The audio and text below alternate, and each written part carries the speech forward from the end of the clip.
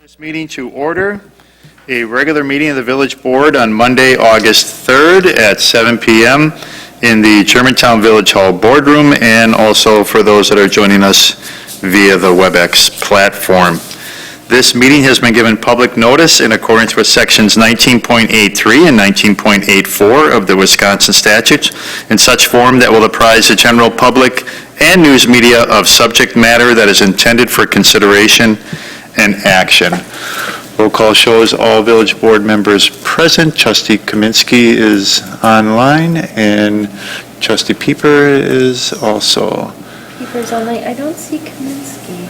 She had said she may not. Okay. I don't see Terry Kaminsky. Then Trustee Kaminsky is not with us tonight and is excused. At this time, I'll ask us all to stand for the Pledge of Allegiance.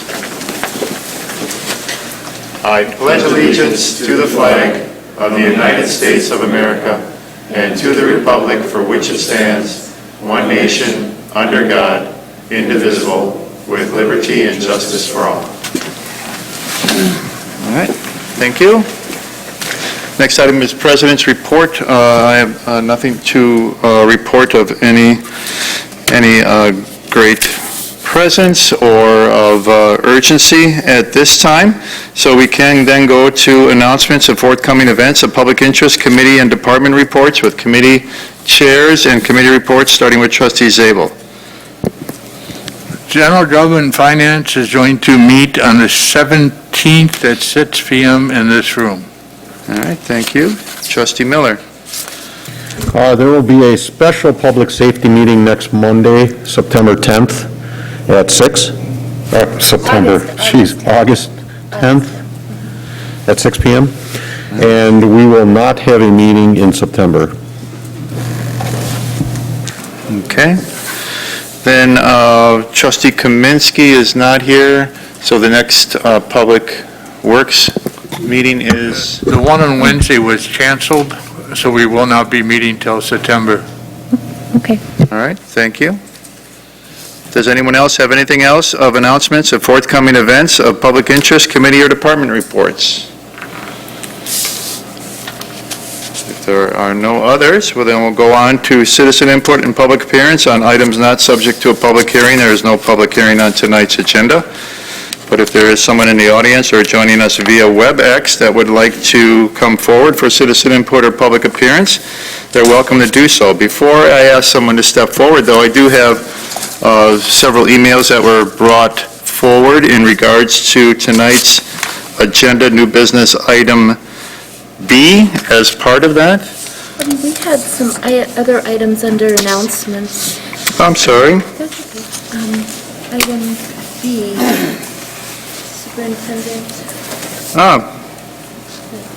Then we'll go back. Let's go back one. Thank you for pointing that out. We'll go back to announcements of forthcoming events, and we do have the new introduction of the Germantown School Superintendent Brett Strausland here. He is actually not here yet. The school board had a meeting earlier this evening, and I believe that it still is going on a little bit later than expected. So, but he did tell me that he intended to stop by when they were wrapped up. Okay, then we'll perhaps get around to him later on. Then we also have an election update. So I just wanted to remind everyone there is an August 11th partisan primary. Polls will be open from 7 a.m. to 8 p.m. at their normal poll locations. We do have absentee voting going on here at the Village Hall. Tuesday, Wednesday, and Thursday of this week, we will be open until 5:30. We are taking precautions, just like we did with the April election, with the masks, the table guards, poll book labels, additional sanitizer and cleaner. The last partisan primary, there were 1,957 voters, and that was in August of 2016.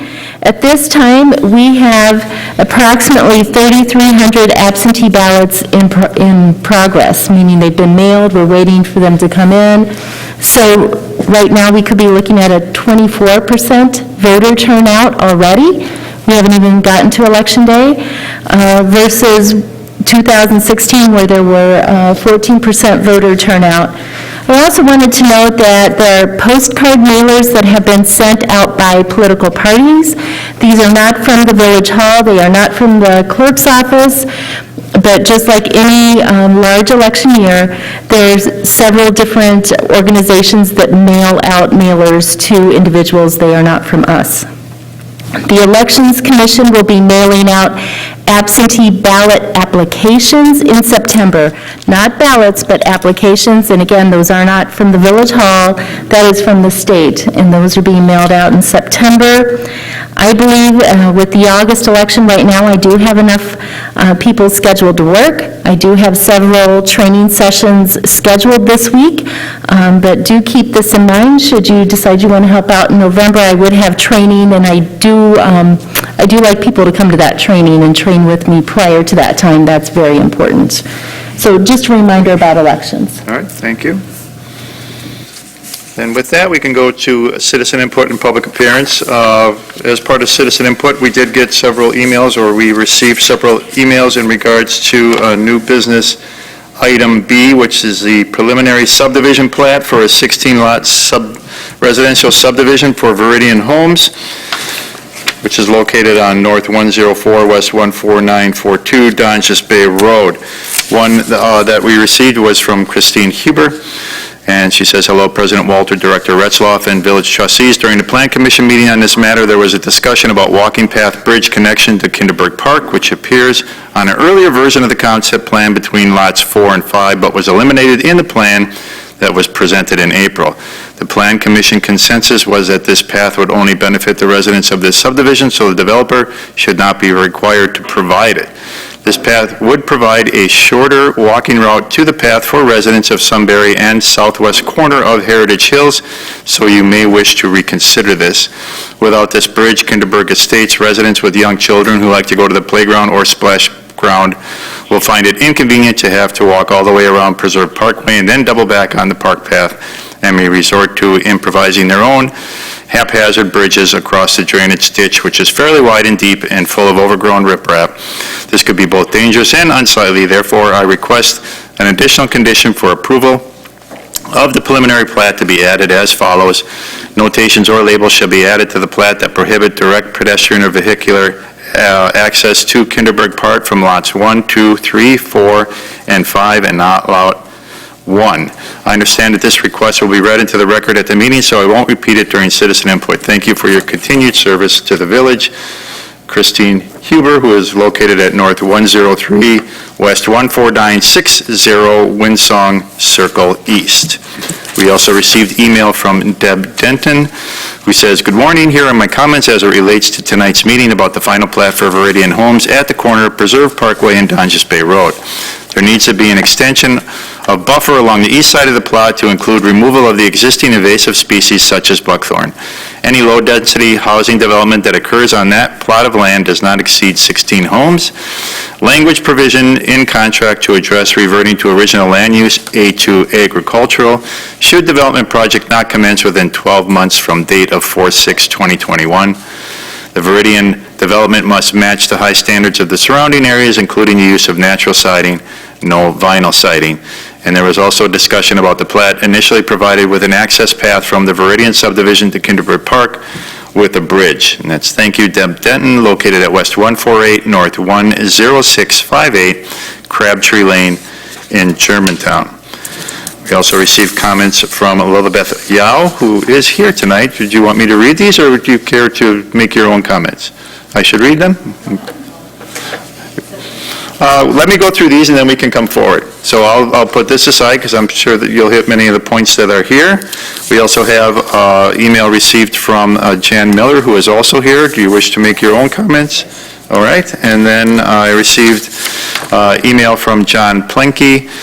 Here are my comments. I want recorded as an official statement. He's right here. Is he also here? And you wish to make your comments as well, sir? All right.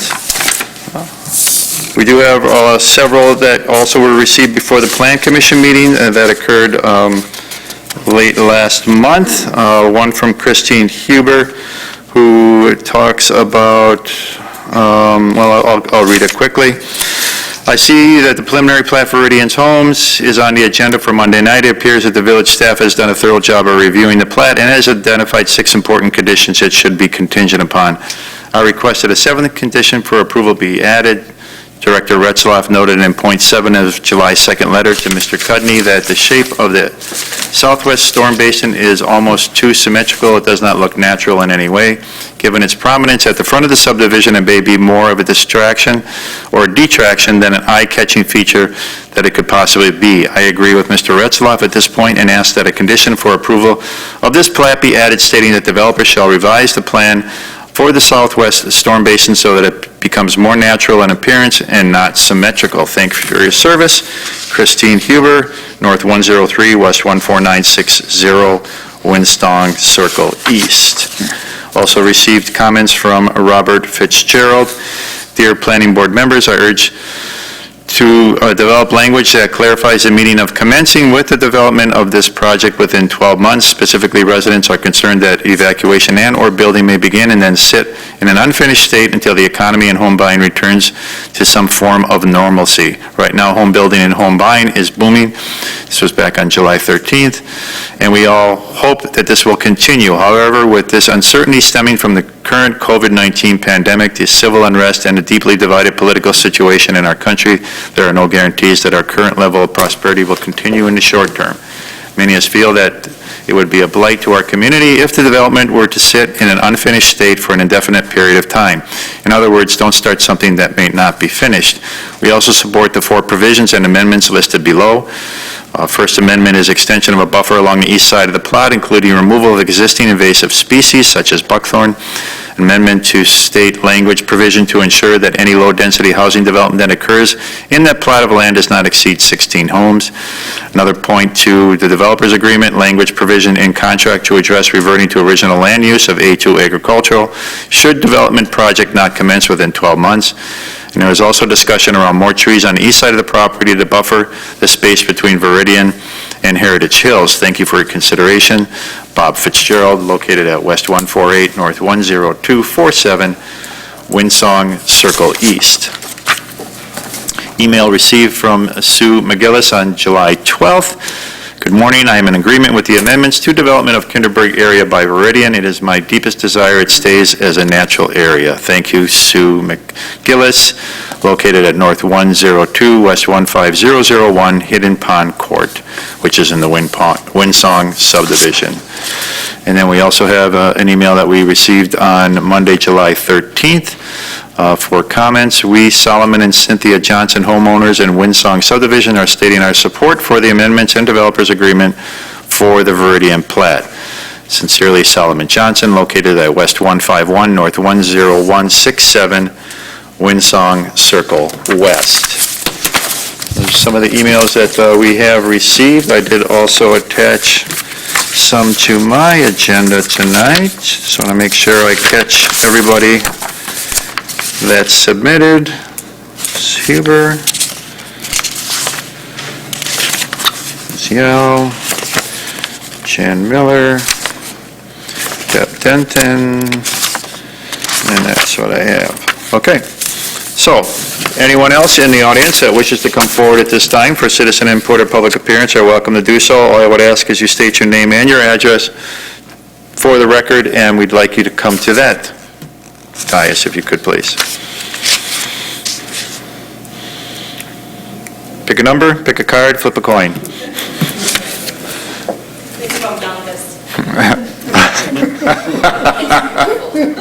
It's a good one. Do you know how to turn that on? Make sure that's on. Good evening, Village Board President and trustees. My name is Lily Bath Yao, and I've lived in W150 and 10216 Windsong Circle for 25 years. As you consider Viridian's final plat proposal for the land south of Kinderberg Park, I want to respectfully reiterate many citizens' expectations that the Viridian development in said land must match the surrounding areas and be held to the highest standards. This means that in addition to the 8 conditions proposed by the Planning Commission in its approval of the preliminary subdivision plat, I submit that the developer's agreement must also require that exterior walls of the residence and attached garage must be constructed of brick, stone, wood siding, or other natural materials as in the case of Winsong and Preserve subdivisions. Building elevation must be such that they do not result in a cookie-cutter look. All buildings must be completed within 1 year from date ground is broken for such building. Lots are landscaped and seeded or sodded within 1 year of building completion. No noxious activity shall be carried on upon any lot which may become an annoyance to the surrounding neighborhoods. Trash or other waste must not be kept except in sanitary containers properly screened from public view. The above requirements are, in my view, critical in preserving the integrity of the landscape and the aesthetic flow of the area. Very importantly, if there is no real and significant construction by April 6, 2021, I would very much advocate for this land to revert back to A2 zoning. I still firmly believe that preserving the land south of Kinderberg Park for public enjoyment will immensely enhance the quality of life for residents of this growing community. Thank you very much for your consideration. Thank you for coming forward. Anyone else wishing to come forward for citizen input or public appearance at this time?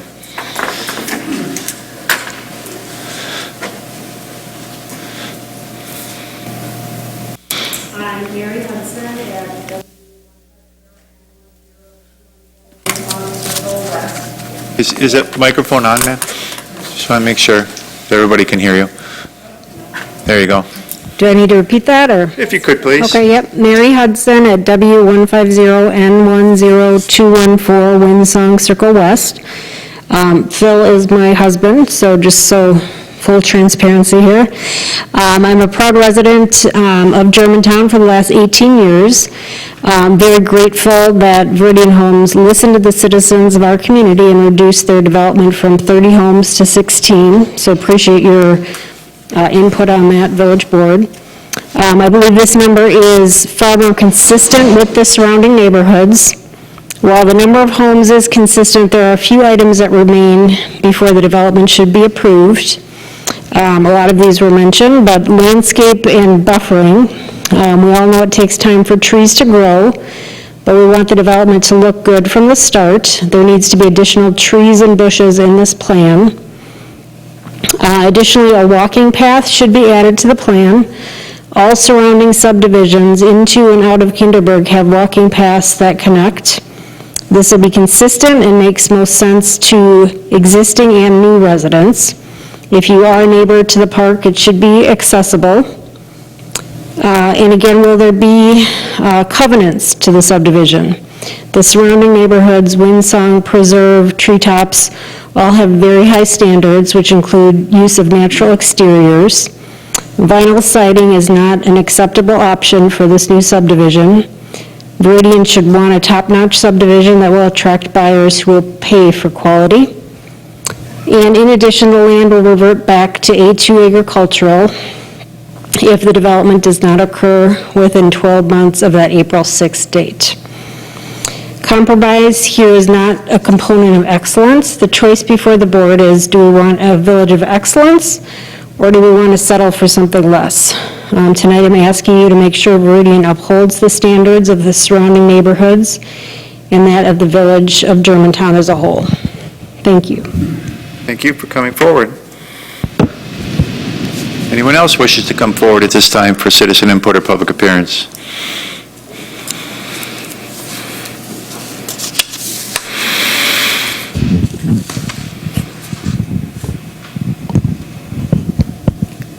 Is this on? Yeah. Good evening. My name is Jeanne Miller. I live at W151 N10297 Winsong Circle West. I've been a resident for 26 years. My anniversary was August 1st.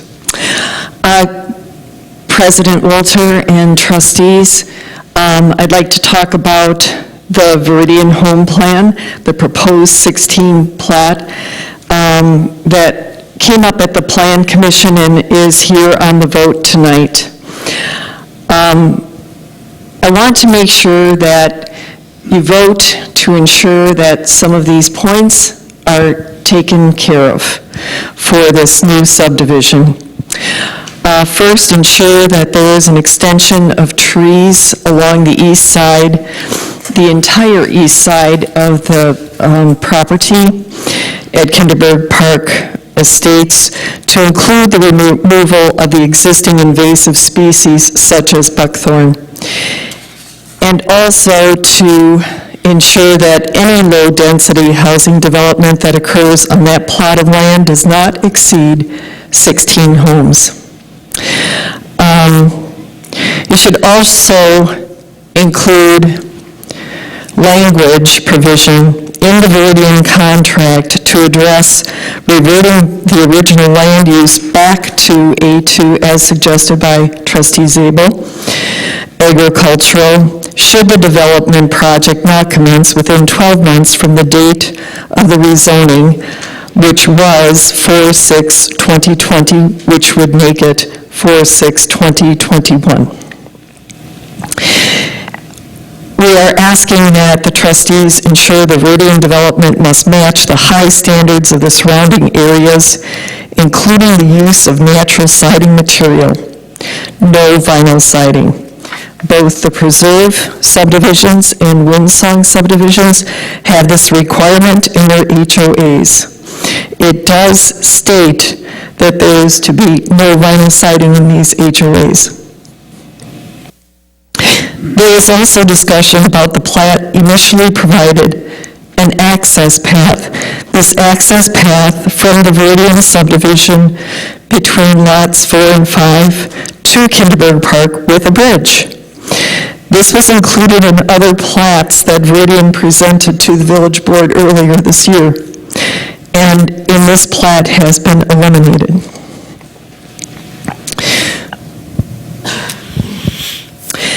Also, we'd like to ensure that the elevation of the homes not look like cookie cutter.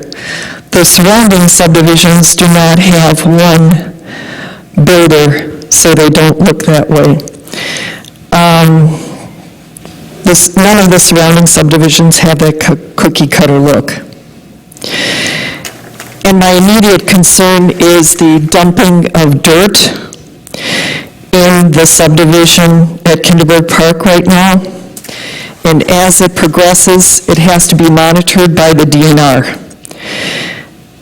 Currently, they are allowed to fill 4 wetlands, plus not disturb number 5, I believe it's called.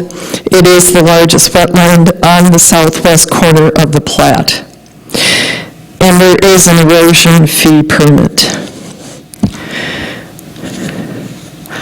Also noted, part of the agreement was that Veridian Homes was to present an HOA, and I did not see it attached to the agenda tonight.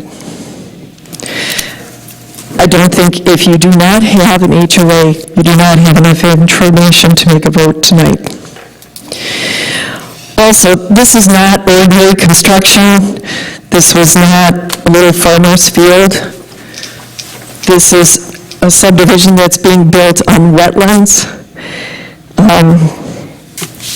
The DNR should have input on this property and make sure that everything is being followed, as in the erosion permit.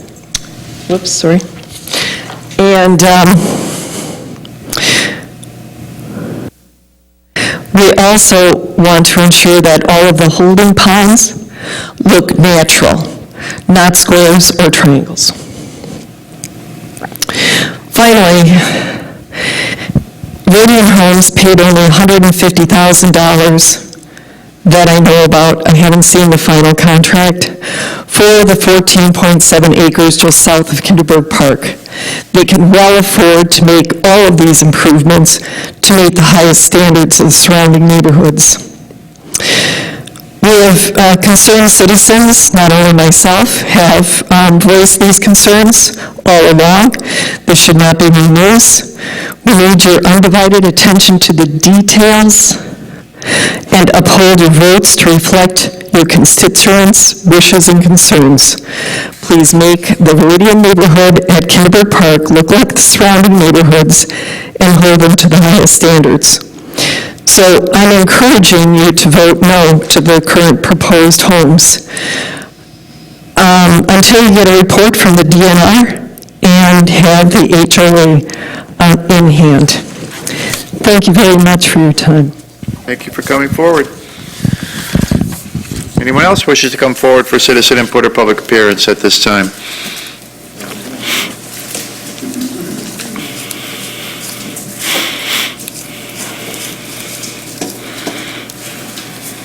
This on? Yes. Okay. John Plenke, Plenke, North 103, West 14992, Winsong Circle East. I too live in the Winsong subdivision. I sent an email out this afternoon to all the board members. I appreciate the opportunity to talk to each and every one of you about this. I come from a unique perspective that I was with the DNR from 1979. Recently retired. I was full-time warden for 31 and a half years, did part-time work in Hunter Safety Field, and recently retired as of June of last year. So now I'm able to come into meetings like this, discuss things where the DNR is involved and not have any kind of a conflict, a personal conflict of interest, because I'm a DNR employee. I'm not going to repeat what everybody else has said here tonight. However, I'm going to say that with my past experience as a DNR warden, we were charged with two things: protecting people and protecting the environment. As times change, as politics change, so do statutes and laws change. There's days back when I was a warden that wetlands, anybody digging in a wetland, anybody straightening out a stream, anybody filling in a wetland was looked upon differently than it's looked upon in our current climate right now. And that's a fact. Okay, I live right directly across the street in the second lot as you come into Winsong. And being retired, I've got time on my hands to observe different things, and I've watched the number of dump trucks coming in, dumping the fill, the mountain that's been growing. I'm sure all of you have seen that. And I am concerned too, and I'm not going to repeat everything that's been said, but what Jan was saying is that we've got to protect wetland number 5 as much as we can. We cannot let any more filling in. There's going to be some filling of some, minimal wetlands, as they say in the plans, but wetland number 5 is critical. If you know anything about wetlands, it's a filtration system. Okay, not only do you see birds and animals and different things that come through that property, but it's a filtration system that protects people's properties. As soon as you lay pavement down, as soon as you grade, you solidify things in a subdivision, the water, the runoff, the chemicals, the things have got to go somewhere. So tonight I'm asking you folks, as representatives of the village of Germantown, which I've lived in for 19 years, lived in Richfield for 8 years, to take into consideration the protection of these wetlands, to make sure that Veridian follows through with the DNR. HOA stuff has been mentioned already, and I agree that we can protect the remaining wetland in there and to keep the property values of the houses in the nearby subdivisions up to speed, but protecting the wetland is a concern that I've got right now, that we don't let the residents down. And I'm sure Veridian wants to be a good neighbor too and do the same type of a thing. So thank you. Thank you for coming forward. Is there anyone else at this time that would like to come forward for citizen input or public appearance, either within our audience or joining us via WebEx? Anyone else? One last time, is there anyone else wishing to come forward? All right, then we'll go to... I don't have anyone. All right, thank you. All right, before we go on to the next item on our agenda, let's go back one to the announcements of forthcoming events of public interest, committee and department reports. And under that subheading, we have item number B, which is the introduction of Germantown School Superintendent Brett Strauslin. So with that, if you'd like to come forward and introduce yourself to the board and to everyone who's watching and participating, we greatly appreciate it and welcome. Thank you. Just take this off for a second so you can See who, that you're really a person? And I know Jana, we're almost neighbors, so I've only lived here less than 2 months, but, Could you use the mic, please? oh, sure. Please. But geez, all these rules. Yeah, this is Germantown, we got rules. There you go. Yeah, so I'm, excited to have started in the school district, and it's been unfortunate times that we're, dealing with COVID and the start of school. I just came from our board meeting that we just wrapped up as far as what we're going to do with school moving forward. And, you know, I've been able to learn a little bit about the village so far, and I know where I can dump my waste over at the end of Main Street and those good things. So excited to learn more about the village and our partnership that you have with the school district. So thank you for having me, and I have an open door. Thanks.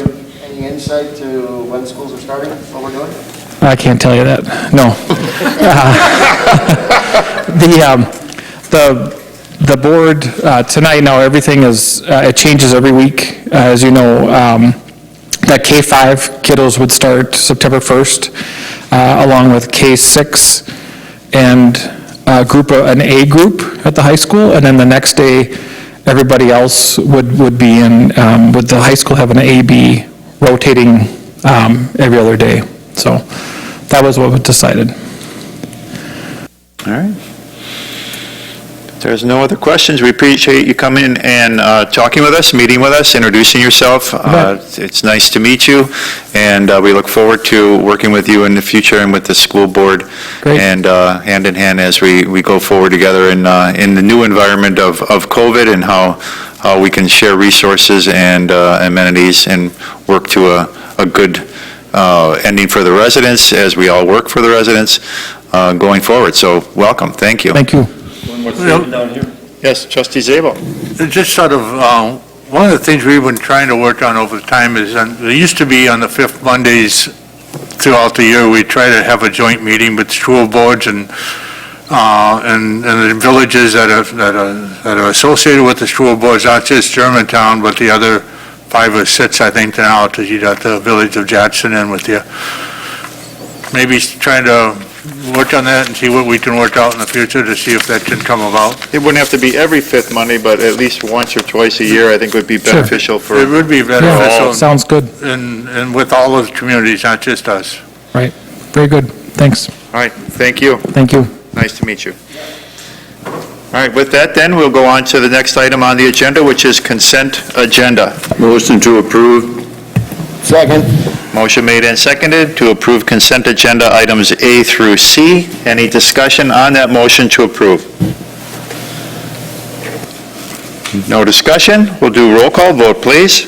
Trustee Myers? Aye. Trustee Baum? Aye. Trustee Hudson? Aye. Trustee Miller? Aye. Trustee Pieper? Trustee Wing? Aye. Trustee Zabel? President Walter? Aye. Motion carries. All right, next item on the agenda is down to new business, starting with new business item A, Resolution 47-2020, Germantown Soccer Club 2020 through 2022 Field Usage Agreement. Motion to approve. Second. Motion made and seconded. Discussion. Trustee Zabel. Mark was here. Yeah, you just went around and grabbed it. There he is. He's grabbing an agenda. This contract is similar in the past, they haven't changed, or any updates that we need to know about this one? No, am I on? I am. Yep. Yeah, this agreement is similar to the other ones we've had with the soccer club, the other affiliate organizations. The only change is from a 3-year to a 2-year. What's one year, 2-year agreement? Yep. Otherwise, the terms are all the same as they have been. Further discussion? No further discussion? All those in favor, please say aye. Aye. Opposed? None opposed? Motion carries. Next item under new business is item B, preliminary subdivision plat for a 16-lot residential subdivision for Viridian Homes LLC, agent for VHKE LLC, property owner, located at North 104, West 14942, Donches Bay Road. And with that, then, we have Director of Community Development, Jeff Retzloff, with us. Will he be presenting? All right, yes, I can, and I'll turn the meeting over to you to give us some more background information on this new business, item B. All right, thank you. Matt Cuddy with Viridian Homes, agent for BHKE LLC, the property owner, is requesting approval of a preliminary subdivision plat for a 16-lot, 14.7 acres, single-family residential development we call Kinderberg Estates, located at the northeast corner Parkway at Donges Bay Road intersection. The zoning for the property is RS4, a single family, again, 14.7 acres. The average lot size proposed is 26,750 square feet. The range is from 20,770 square feet to 37,250 square feet, all consistent with the minimum requirements in the RS4 zoning district. The rezoning and the 16-lot concept plan were approved for the development back in April of this year. The development features one pedestrian trail that connects the end of the cul-de-sac southward to Donges Bay Road with a paved pedestrian path. There's a water main extension and looping component linking Heritage Hills and providing adequate water to the development. And there are landscape buffers that have been proposed and enhanced since the original concept plan was approved along all four, the north, the east, the south, and the west property lines. Here's a rendering of the concept plan that was approved, the 16-lot plan that was approved back in April. And here again is the subdivision plat itself. So consistency, absolutely. Some minor adjustments in the size and shape of the stormwater basins have been topic of some of the discussion. But the plan, the plat, is generally consistent with the concept plan as required by the code. We did receive a landscape plan as part of the preliminary plat submittal as was required as part of the rezoning approval. That plan has been submitted and reviewed by staff. Staff has some concerns, has requested some additional landscaping, and that was raised to the Plan Commission at their July meeting. And we're still working with Matt Cudney to decide the final details of that concept plan. But as directed, there will be a removal of invasive species along the east property line with some strategically replaced trees, evergreens, and deciduous in those locations. That is the directive of the Plan Commission. Other comments? Park and Rec Commission met to discuss the preliminary plat. One of their comments was recommending adding back the bridge and path feature that led from the cul-de-sac northerly to the south end of the park, Kinderberg Park.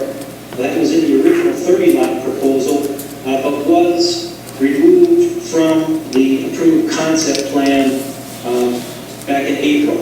And as you can see here on the approved concept plan, there's just that one pedestrian path leading from the end of the cul-de-sac bulb southerly to the Donges Bay Road multi-purpose path in that location.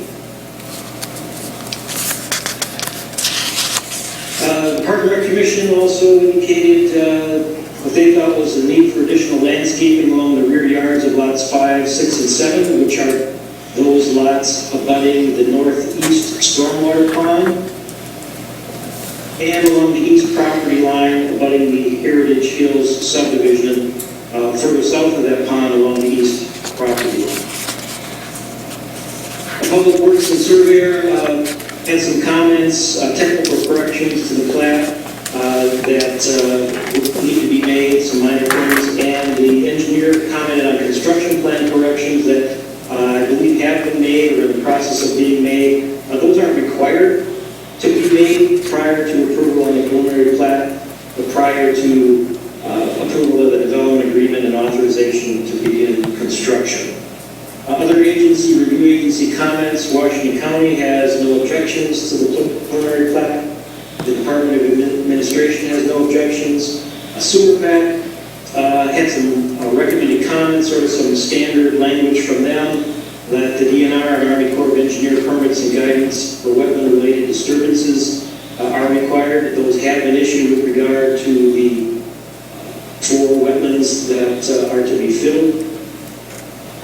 SERPAC also recommended that there be deed restrictions against further wetland disturbance on the plan. Again, that would be something that would be inserted into the deed restrictions, subject to homeowner association enforcement. And finally, the SERPAC is recommending that development be in accordance with erosion control and post-construction stormwater regulations. With that, the Planning Commission recommendation is to approve the proposed preliminary subdivision plat subject to 8 conditions. And we can go over those if you see fit. Thank you. Board? Trustee Myers would like to see the conditions, please, and go through them.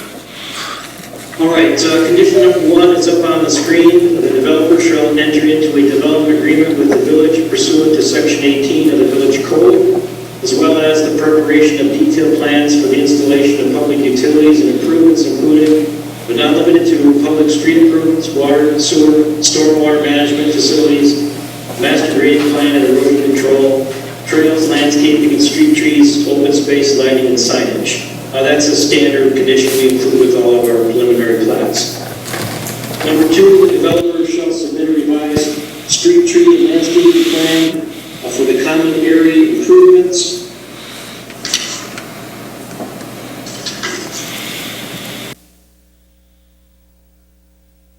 To the village planner and village forester for final review and approval prior to or concurrent with execution of a development agreement with the village. Said revised plan shall contain additional landscaping as follows: along the rear property lines and/or in the outlet area abutting lots 12, 13, 14, 15, and 16.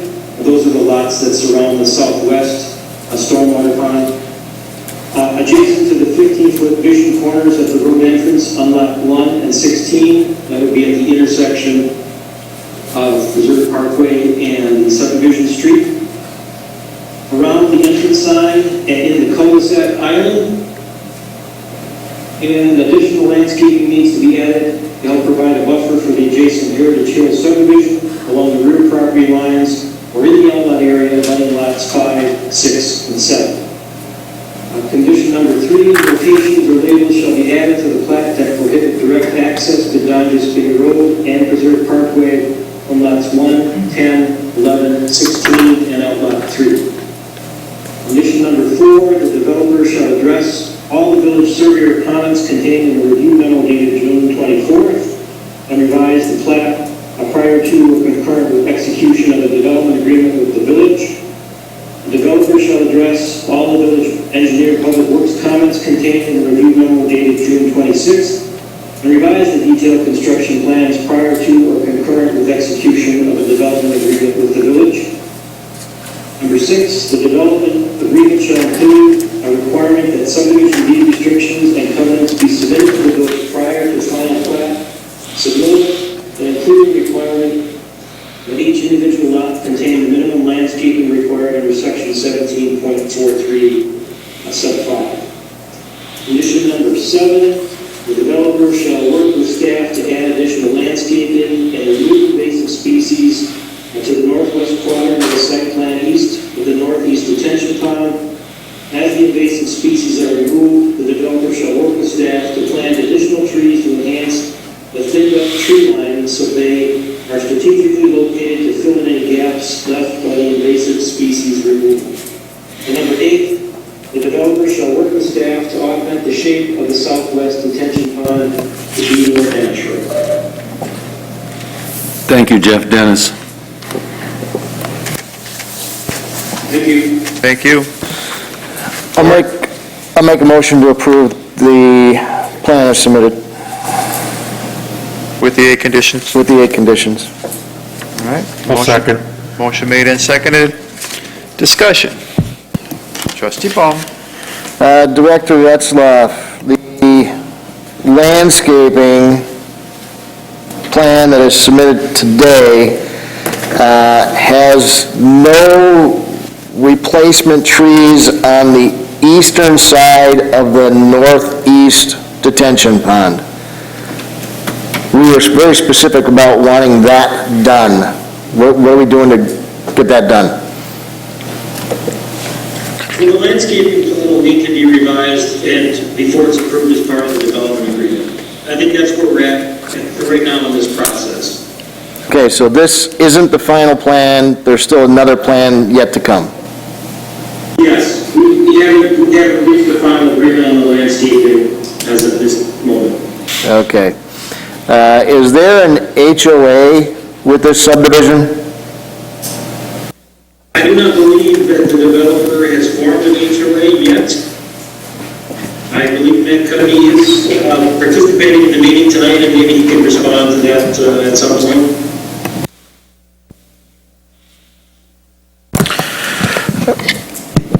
The plan is to have an HOA for this neighborhood. We have that in all of our neighborhoods. That would be part of the developer's agreement? Correct. There's typically language in the developer's agreement that requires the creation of a HOA. Primary reason for that is they have continuing responsibilities to do things like maintenance of the stormwater ponds, those types of things. And so fairly standard language within our development agreement. It is something that typically we do not see until they are finished with the public improvements, and then that's when they come forward typically with their actual requirements, just so that they make sure that they've addressed anything that may change during construction, those types of things. Okay. Matt, in the HOA, do you have limitations for the building materials? Is vinyl siding allowed or not? Vinyl siding will be allowed. It's allowed in Sunbury, and it's also allowed with the neighborhood most directly adjacent to us in Heritage Hills.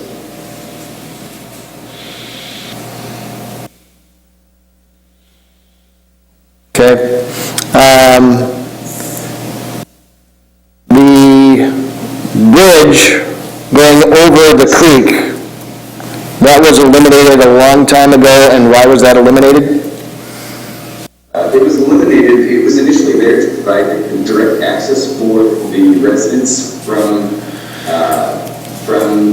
the neighborhood, and it was not meant to really create a cut through for people to go through and go through. It was initially done at the request of the village to provide direct access for those residents. Okay. Director Retzlaff, back to you for a moment. The involvement of the DNR on this property and the protection of the wetlands number 5, how do you oversee making sure that the DNR regulations are met? Well, as part of the construction plan set, there is an erosion control and grading plan requirement. That erosion control plan will be approved consistent with our erosion control requirements as well as those of MMSD. And it's not typical that the DNR plays an active role in overseeing the creation of a stormwater basin. We can ask for their oversight if they want to participate in that, but otherwise, village staff, the village engineer, and the public works staff would work with the developer in enforcing the erosion control plan to ensure that there aren't any encroachments into the wetland area. You will recall that the village enforces a 25-foot wetland setback. And typically, the erosion control fencing or screens, whatever measures are employed, are installed at the 25-foot point setback as opposed to being right on the wetland boundary. So the village does provide a significant amount of buffer or latitude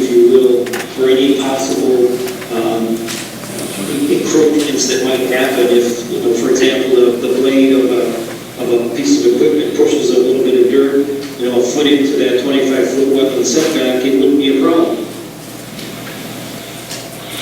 Okay. That's all I have for now. Could I jump in and make a comment with regard to the vinyl siding issue? Yes? In our zoning code, we don't adopt or set any requirements for exterior materials or architecture for that matter. The extent to which we go in establishing those sorts of requirements is to establish a minimum dwelling size requirement.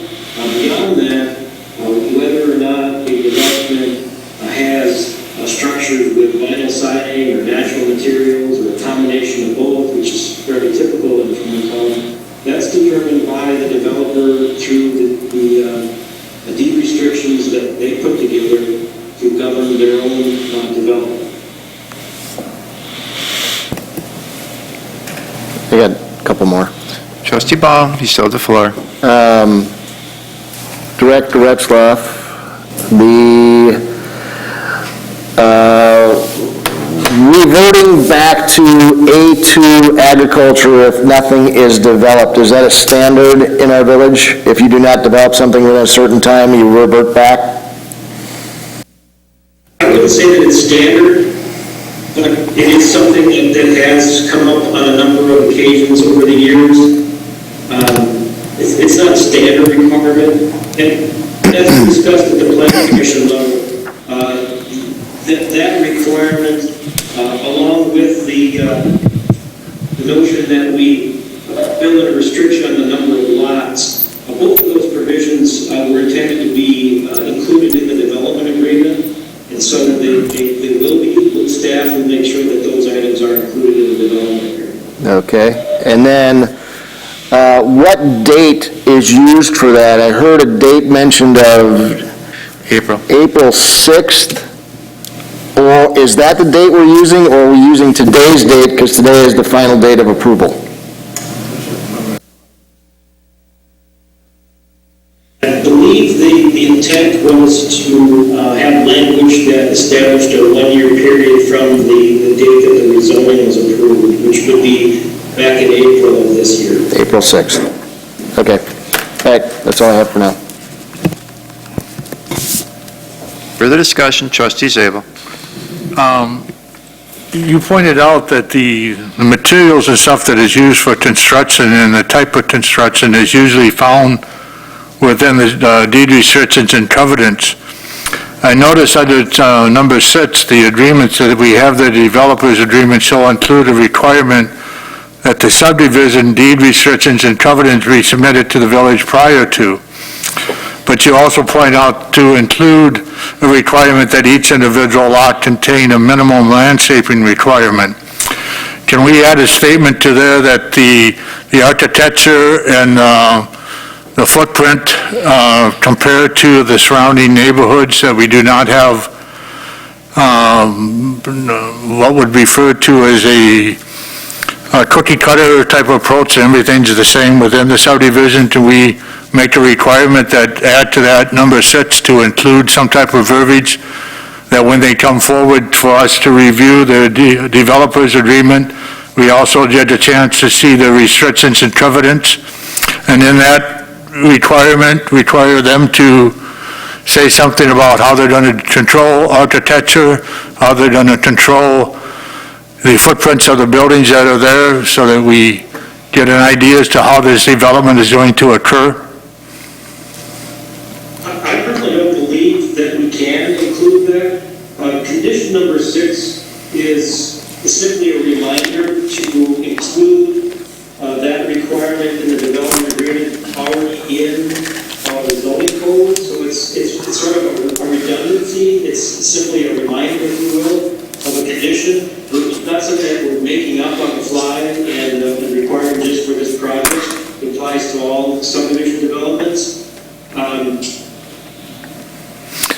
I guess I would remind everybody that there was a point in time when we were considering zoning this development early on that included the proposed creation of a planned development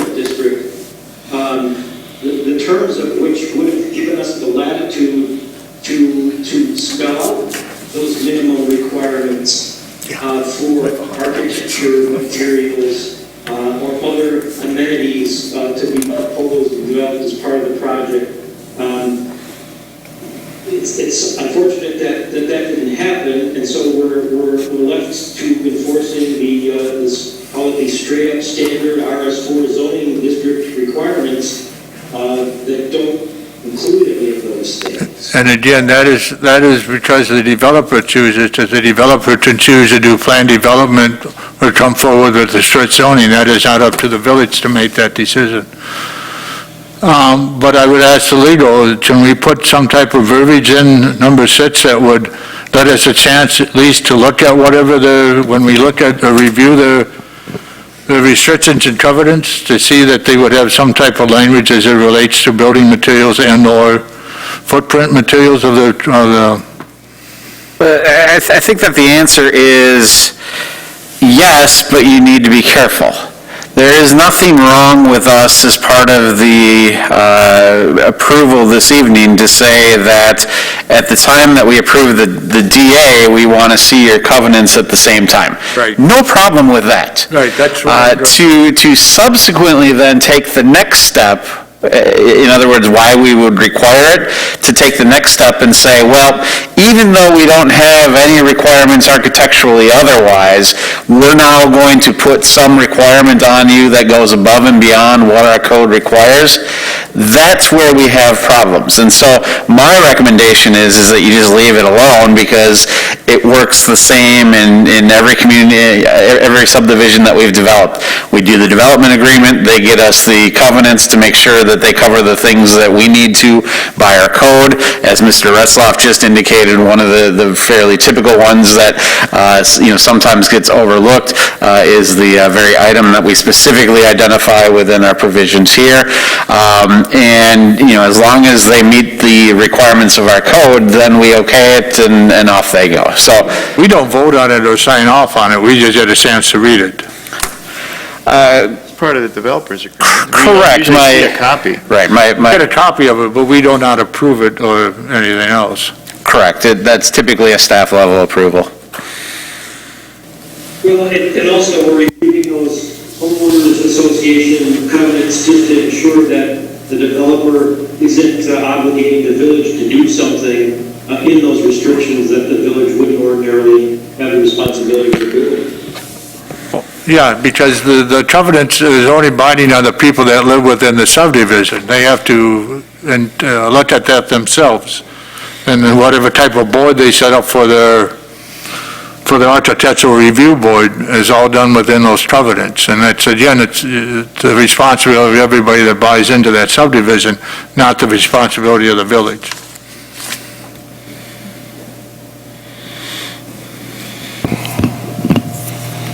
Anything else, Trustee Zabel? If not, we'll go to further discussion. Trustee Wing? Brian, I agree with you that typically there's a way we deal with subdivisions. Has this been anything but typical? This is not your typical process by which we approve a subdivision. It hasn't been since day one. And I want to remind you, the reason it wasn't was because of some deception that took place in the neighborhood. And don't act like you don't know, there was deception with meetings, people not getting invited to the meetings. You can shake your head no, Bohm, but I'm not going to go through the whole list because I don't have time tonight. But there's a long list, and the residents that are in attendance tonight know this to be true. There was residents coming to the meeting that weren't telling the residents that they were actually employees of Veridian. That is all in out deception. You notice tonight how a speaker came up and said, my husband's on the board, transparency. We also had speakers come forward during the meetings whose wife worked for Veridian. You can't shake your head and say that this is not deception. When you come into a subdivision and you immediately start to deceive the residents and then act all surprised when they pack the room and they're mad, it's disingenuous. So keeping that in mind, this isn't the normal way we usually have subdivisions go through, and we all know it's not normal. You can read the newspaper articles for yourself. Now, should we be talking about vinyl siding during a subdivision plot review, and we're going to vote on this tonight? I don't think so. Can we talk about cookie cutter and different things like that? I don't think so. But we can talk about landscaping, and we can talk about some of the details. And we've admitted that all the details aren't here yet. Typically, we allow that, and we let Jeff work out the details later. I'm not ready to do this tonight. Fool me once, shame on you. Fool me twice, shame on me. I want to see the details before I approve the plan. I would like to see paths that, we were told by the developer that they're going to match the surrounding area. The surrounding area does have paths to the park. And I would like to see more landscaping, and I would like it not to be a promise to me tonight. I want to see it, and I want the residents to see it, and I want to talk to the residents, and I want the residents to tell me, yeah, that's a goal, that's good. And that's my position. You're asking for a vote on the final plat based on recommendations that might be made tonight? No.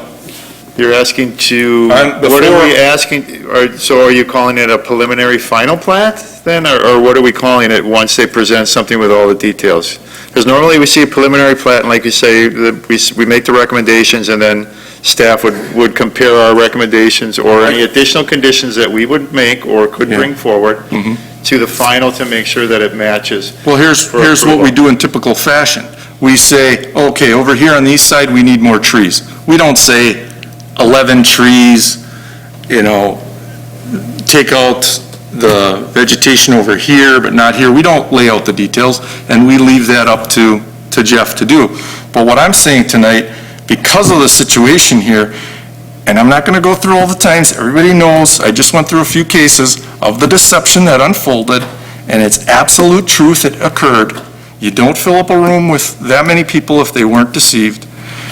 I would rather see, even in the preliminary, the more of what this landscaping is going to look like. I don't disagree with that.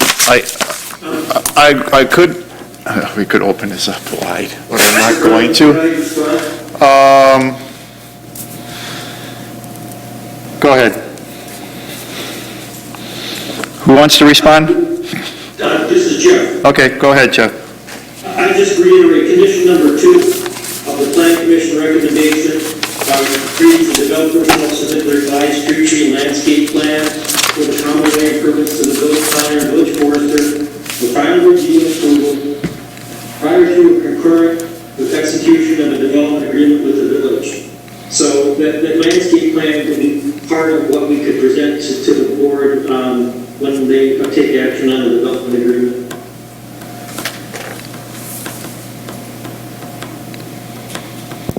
Then what happens if the board doesn't agree with the plan that was approved by the planner and the forester? Then you make recommendations for changes, which you really should make tonight on part of the preliminary. If you don't like what you see in the preliminary, make your recommendations. And if you need to see it before, as a final, then decide when you want to see it and at what meeting you want to bring forward. And are you going to vote on it, or you just want to see it?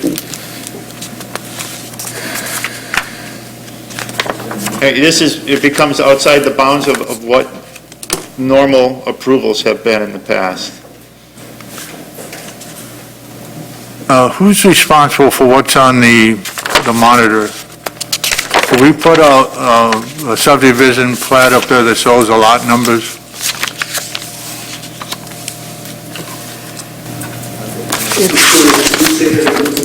Do we get a plat on the monitor that shows the lot numbers? They're very small on the plan that you have there. Basically 1 through 16. And again, if you look at this preliminary that came through with the original development, you'll see that the tree line on the east side of the pond down there in the southeast quadrant, it shows a tree line all the way down and along it, but if you look at the plan that was up there before that, you don't see that tree line, you just see it as grass. I'm wondering if that's an existing tree line they're showing, or if they were planning on doing some type of planting there. I do not see any trees or plantings in that location. Trustee Baum. Part of the existing tree line along the east property has invasive species, and, part of the other side of that double-edged sword, including the invasive species, is taking out some vegetation that's fairly well established.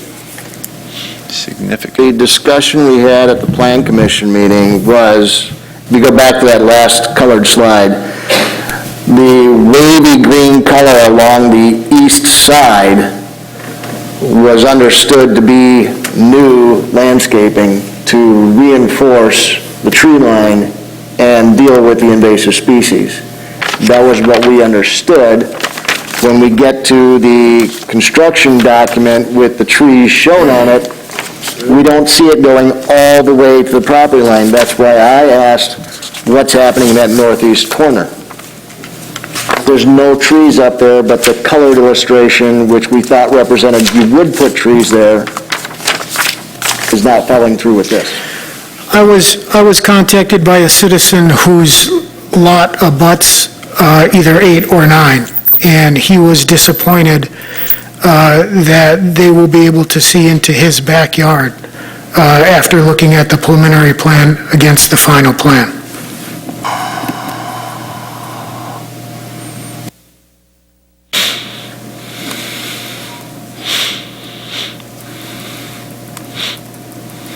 And that really becomes a matter of how much invasive species is removed and how many new trees are put in.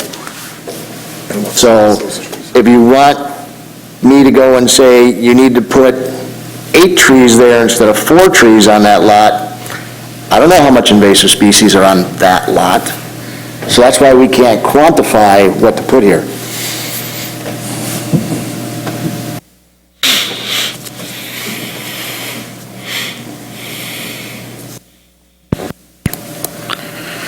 Trustee Myers. I'd like to amend the motion to put back that walkway and bridge, if that was between lot 5 and 6, wherever it was from before. It couldn't be between 5 and 6, it'd go right in the pond. Well, 4 and 5 right now. So maybe 3 and 4, or 2 and 3. That's why I'm not initiating, I'm just saying what it was from before. Sure.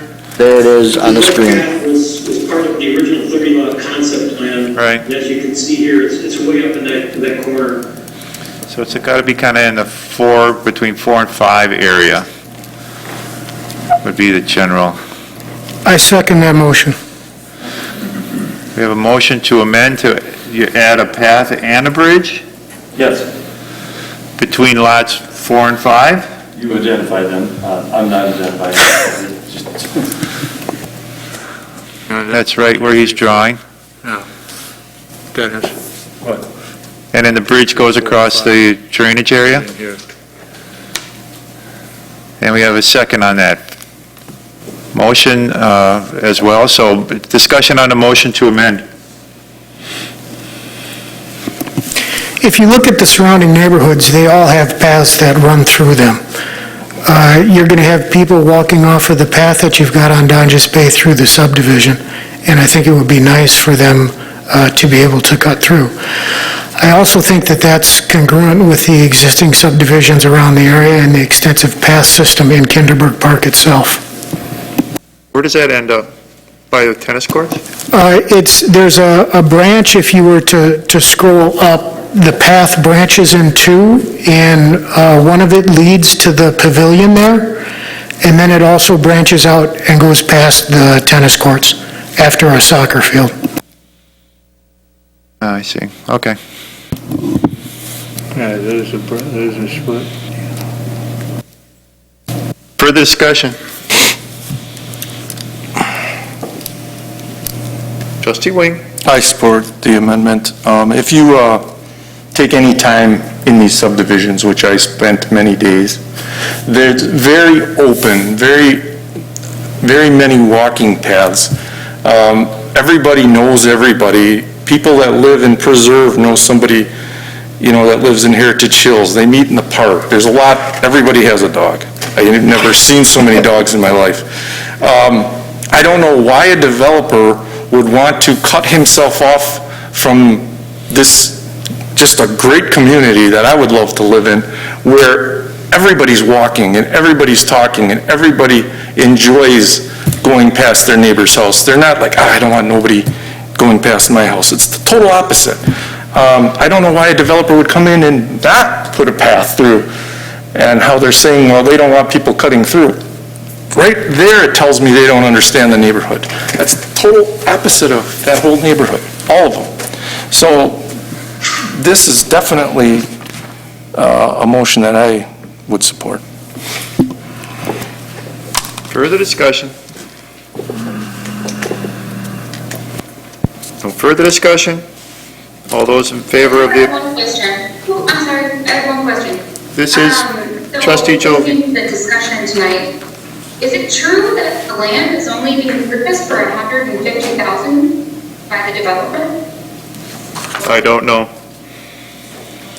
I have no proof of that. Nor have I seen it. It's what I've heard. That's an agreement between the developer and the school board. Were there any other offers put in on this piece of land other than by the developer? What, were you considering going into development? No, not that we're aware of. This was something that was a deal that was made and always worked out between the school board, who is the property owner, and whatever developer they chose to move forward with. Just don't hire the school board to sell your home ever. It's their land, so that it's their choice. Sorry. No problem. You still have the floor. Trustee Pieper, anything else? No, nobody knows how much that, I'm just curious as to why the purchase price was so low for over 14 acres of land in Germantown, when the going rate for 1 acre and the new developments are like over 100,000. I'm just curious, that's my curiosity came from. Well, part of it came to what the school board felt was a loss that they were getting based on the number of lots that they weren't getting for development. And they decided to trade that off with their developer, however they wish to trade that off.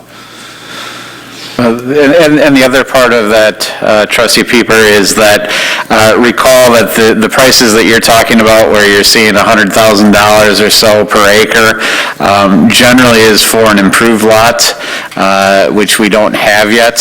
Generally, the developer who is buying the land to do the improvements will buy it for significantly less, recognizing that they will then sell it for much more to recoup their costs as part of that. So it's not quite an apples to apples comparison. You still can't justify it, though. I believe there's a... I'm really confused about that. To me, it just doesn't really make sense that the school board would sell that piece of land for so cheap when they could get so much more otherwise. I guess I'm just really confused as to why they're in the decisions they are, but maybe the village board, not the school board. So. Right, and that would be the decision that they would make and have to explain to their constituents. As far as we're concerned, not being the property owner or involved in those agreements, we look at it for what our overview is and what we're responsible to. Further discussion on a motion to amend? No further discussion. All those in favor, please say aye. Aye. Opposed? None opposed. Motion carries. Back to the motion as amended. Further discussion.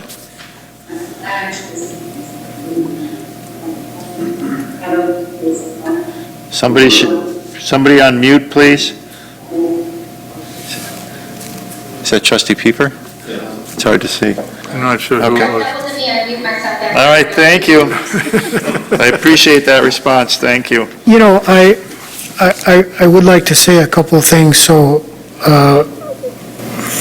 I think everybody knows that I opposed this fairly significantly before I became a member of the board. And I would like to publicly thank Viridian Homes for listening to the concerns of the citizens, and I believe that we're almost there.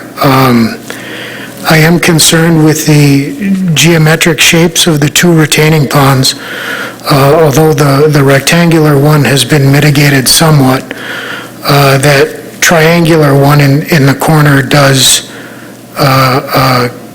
continue to be a problem, and I would like to see that rounded off or amended in some manner so it looks somewhat natural. That is your motion?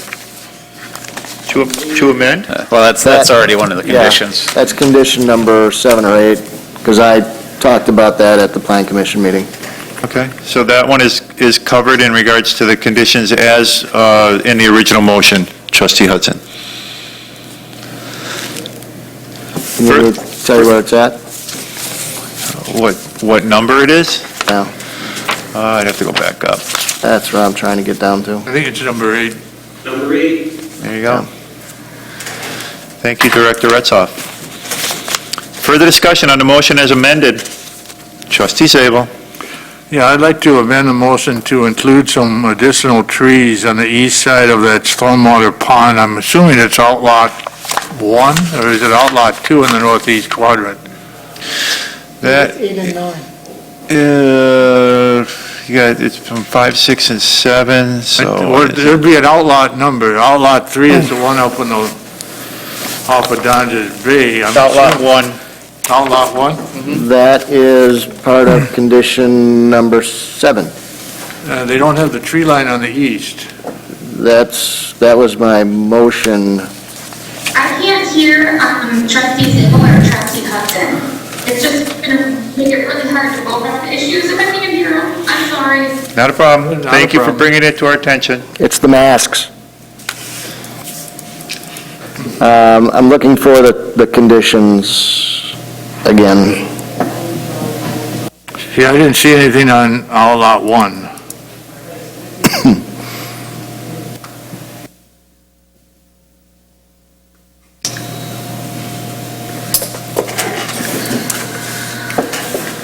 Back. Unless you're referring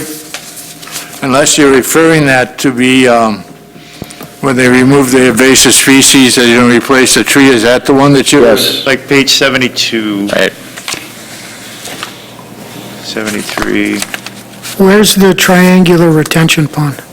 The upper right-hand side, that's the northeast.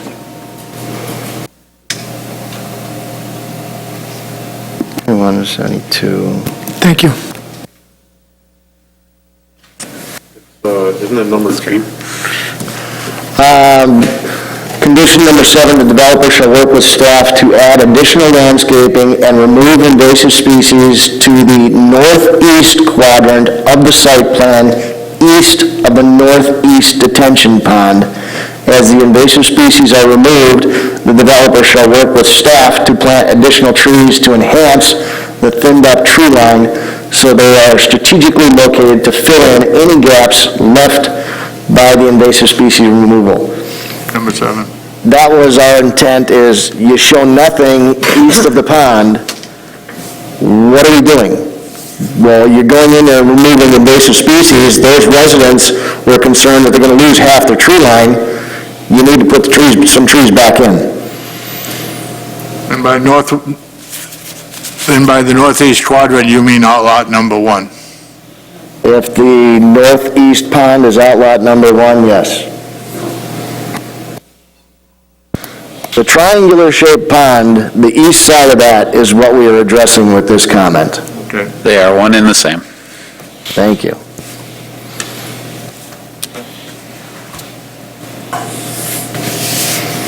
Trustee Zabel? No, I'm glad for the clarification. I did not see outlot 1. I saw outlot 3 up on top, but I did not see any mention to the outlot down below.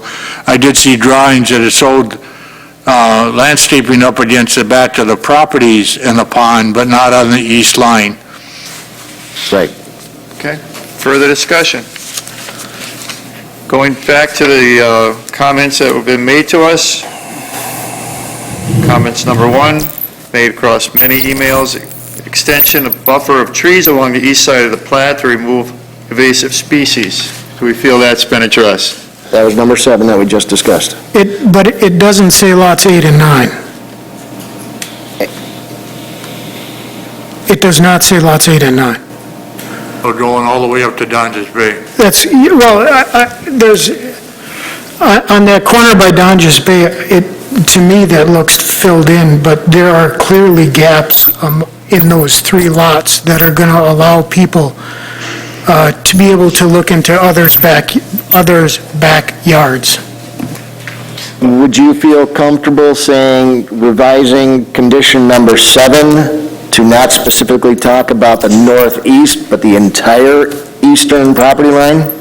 You may want to look at number 2 and add lots 8 and 9 to that, because it says additional landscaping needs to be added to help provide buffer for adjacent Heritage Hills subdivision along the rear property lines or in outlot areas abutting 5, 6, 7, but you may want to add 8 and 9 in there. Yes, I'd like that added in. Is that a motion? And make it as a motion to amend. I'd like to make a motion to amend to add lots 8 and 9 To condition number 2. to condition number 2. Second. Thank you. Motion made and seconded. Discussion.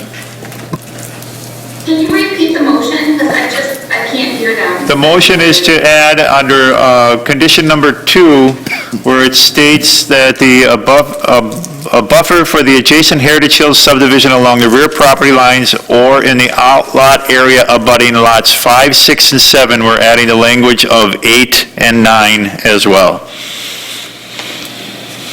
Thank you. You're welcome. You're welcome.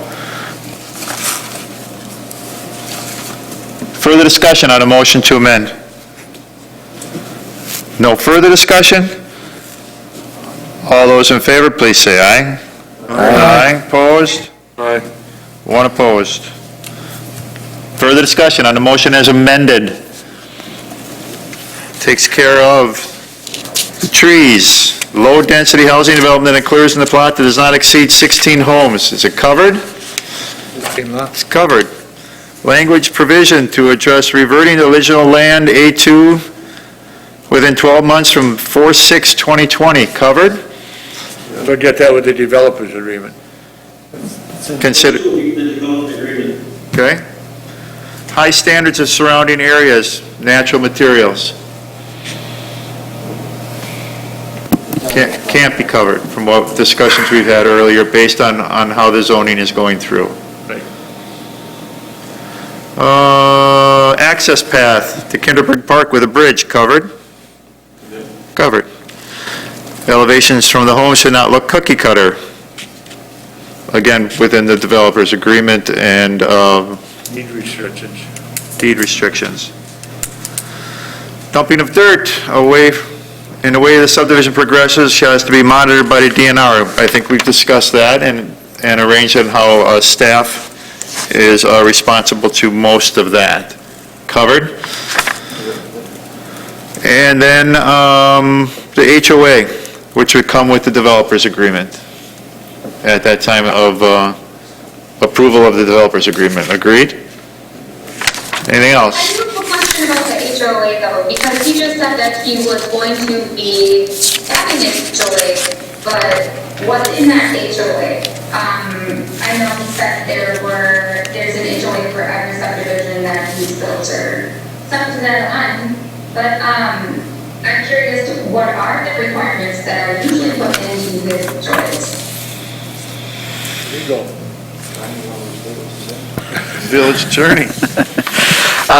Yeah, I mean, so at least in terms of what the village requires and specifies needs to be within the restrictions, and thus the HOA, is to ensure that there is an organization of owners that is available and in a position to be able to do the things that they need to do to common areas within the development. So, maintaining the stormwater ponds, recertifying stormwater ponds, maintaining the wetlands to the extent that they need to, maintaining the walkway paths that'll be there, those types of things. That's the stuff that the village cares about as it relates to the HOA.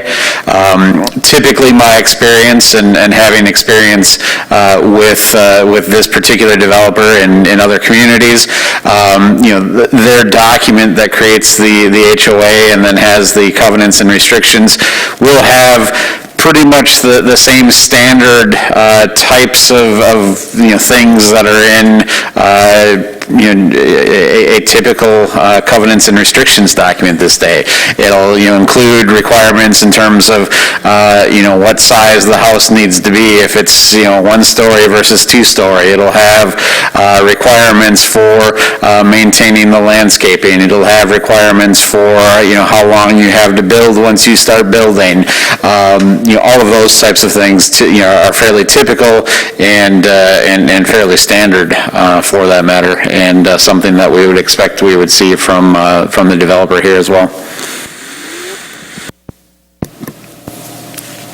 Coming from a subdivision that originally had covenants and restrictions by our HOA that no longer does, I am actually really curious to see what those actual HOA covenants consist of, because do they allow, per se, aluminum siding that would not match with the existing subdivisions surrounding it?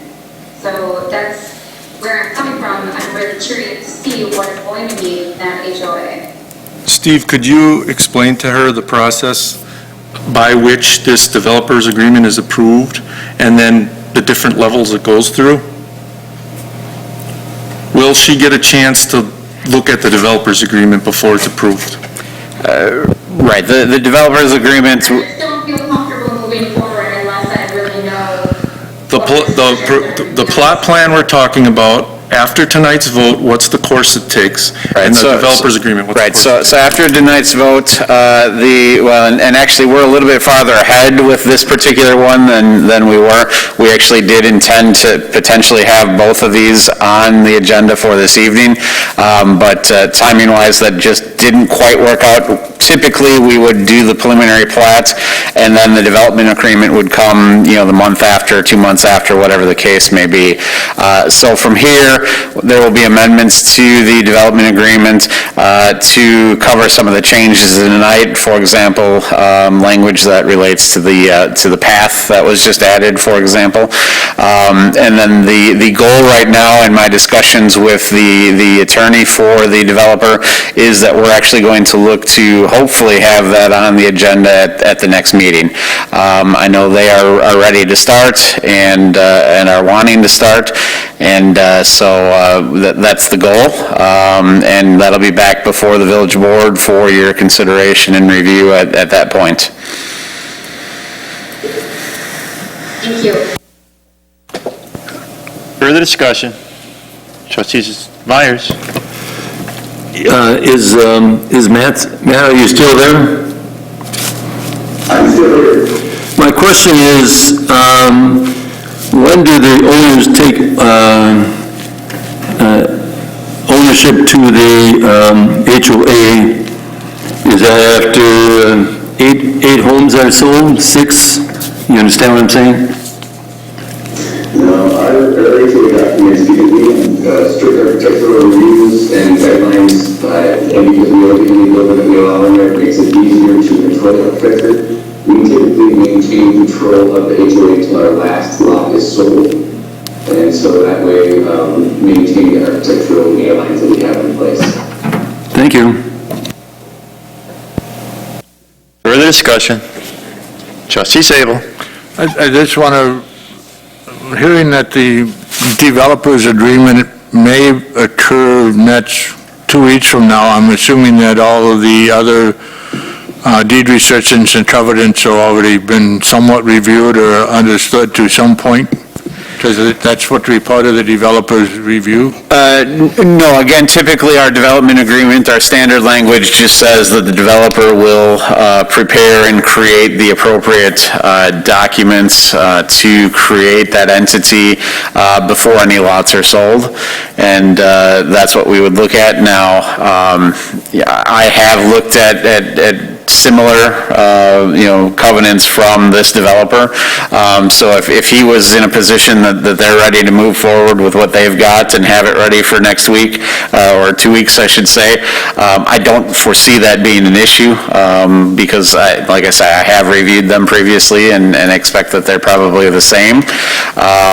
But, that's not our typical requirement. Our requirement would just be that it's, that you include those provisions, and then we specify what that covenants need to include from our perspective. Again, reading number 6, it appears that we won't get a chance to see the restrictions or covenants until we get to a final plat approval. So there is a time frame in between all of this that's occurring. I just want to make sure everybody's aware of it.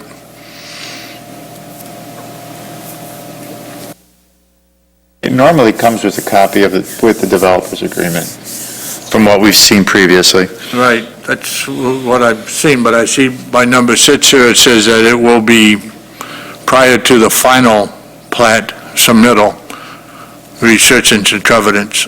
You want to see it with the developer's agreement? Make a motion. Well, hey, Matt, are you guys in a position where you know what your covenants are going to look like here, or are you still working on them? We have a template that we typically use. There's a lot of stuff to go through to tailor it specific to an individual neighborhood, but I can give a copy of the template. It will be subject to change certain things, but you can get a good gist of what it is.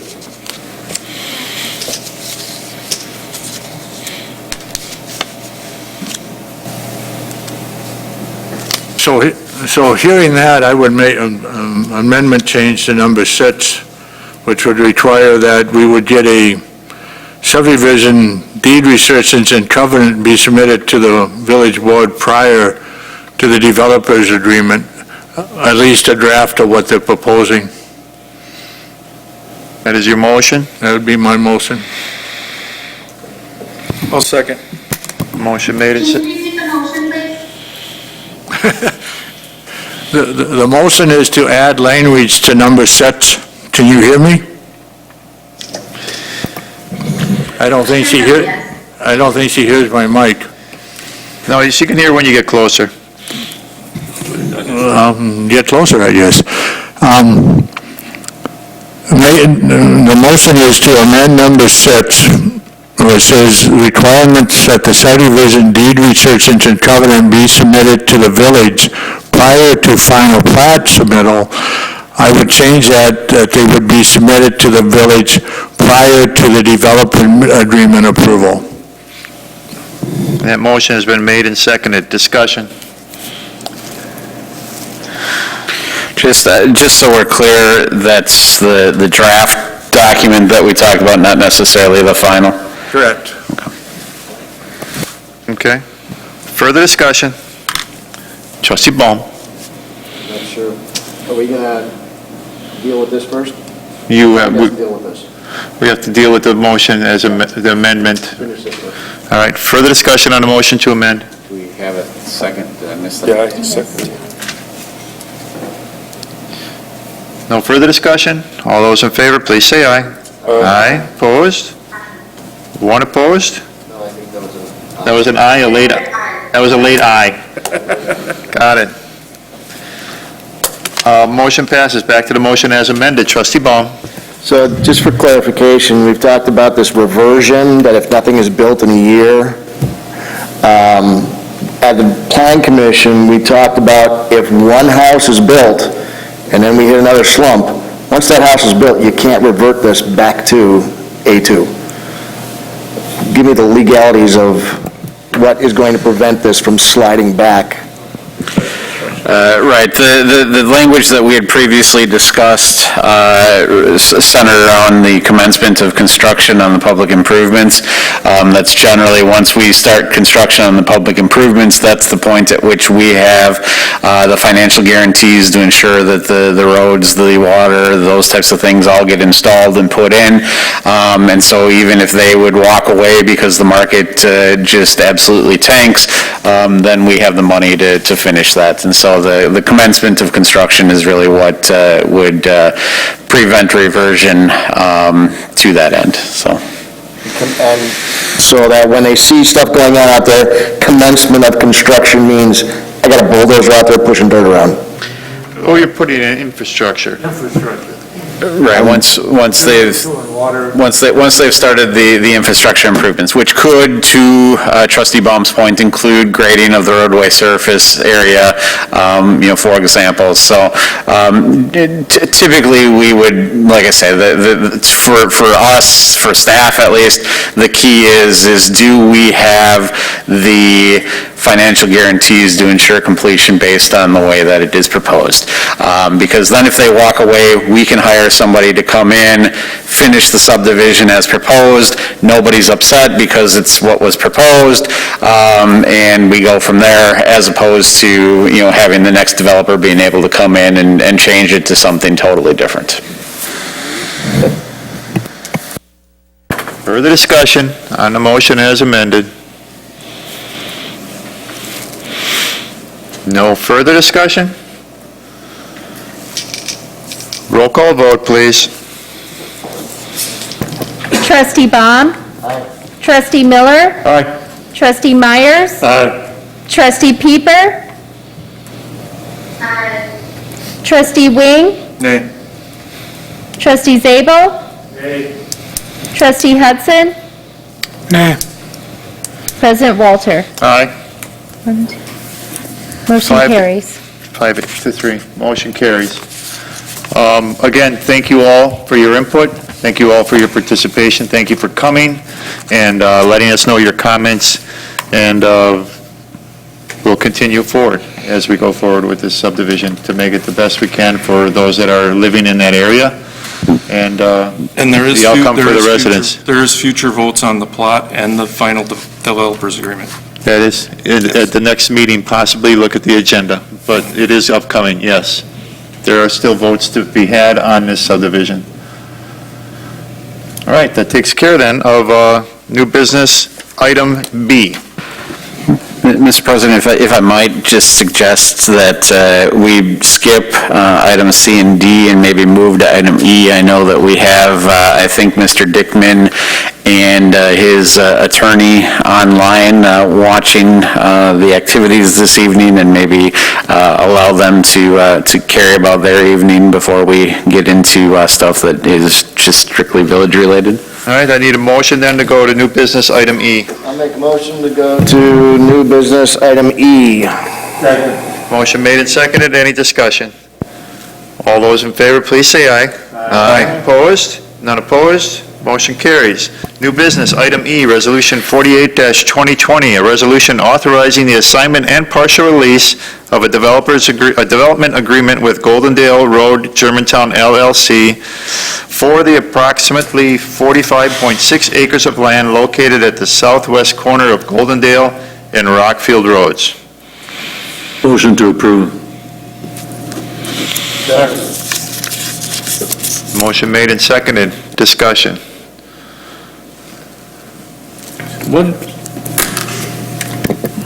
Trustee Zabel? Usually there's a dollar amount or something within this. It doesn't tell me what percentage we're keeping and what we're keeping.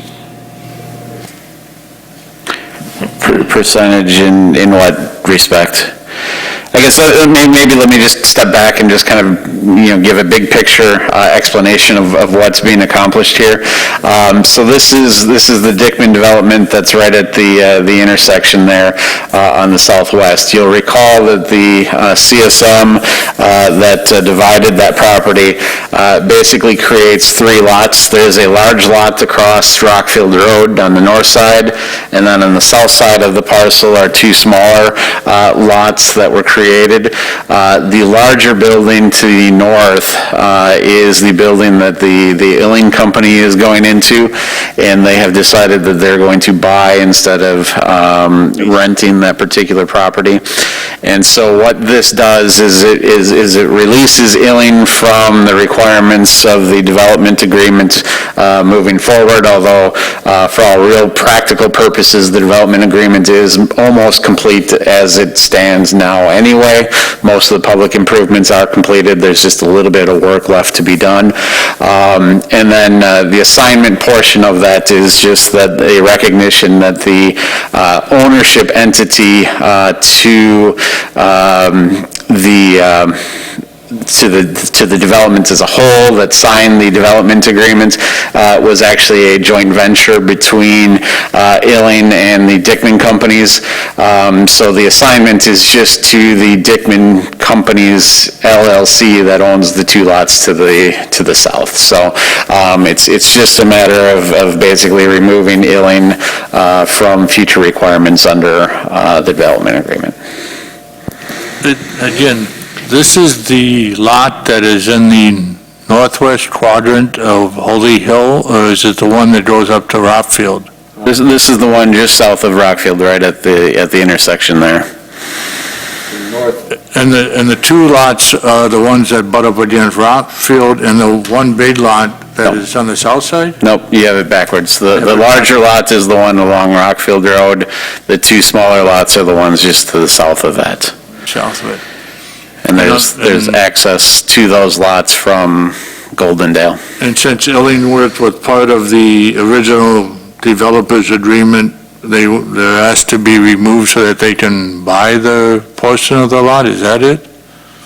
They were going to rent, now they're going to own it. Right, there was a joint venture between the two that effectively was going to be a lease-back type arrangement as it related to the Illing parcel.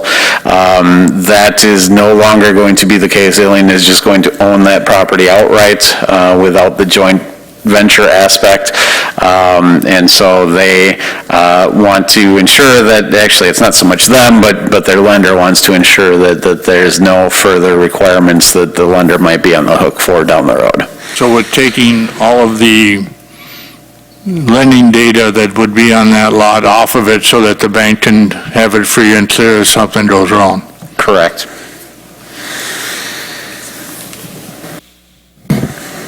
Further discussion? No further discussion? There's no money. All those in favor, please say aye. Aye. Opposed? None opposed? Motion carries. Back to new business item C. I'll make that motion. Second. Okay, motion made and seconded to go back to new business item C, organizational structure. All those in favor, please say aye. Aye. Aye. Opposed? Then we go back to new business, item C, organizational structure, finance, functions. I'll turn the meeting over to the village administrator, Steve Kreckwell.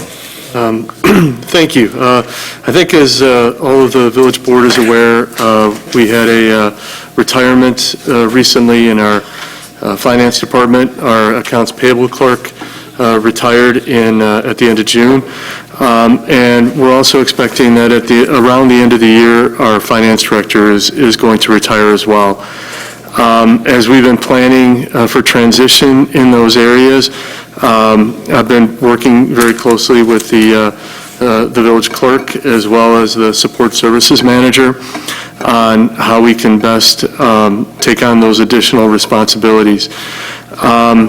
What I'm recommending to the village board, and I'm presenting it in this item, and then an initial change is requested in the next item on the agenda, item D, is some changes in the positions and structure of those functions.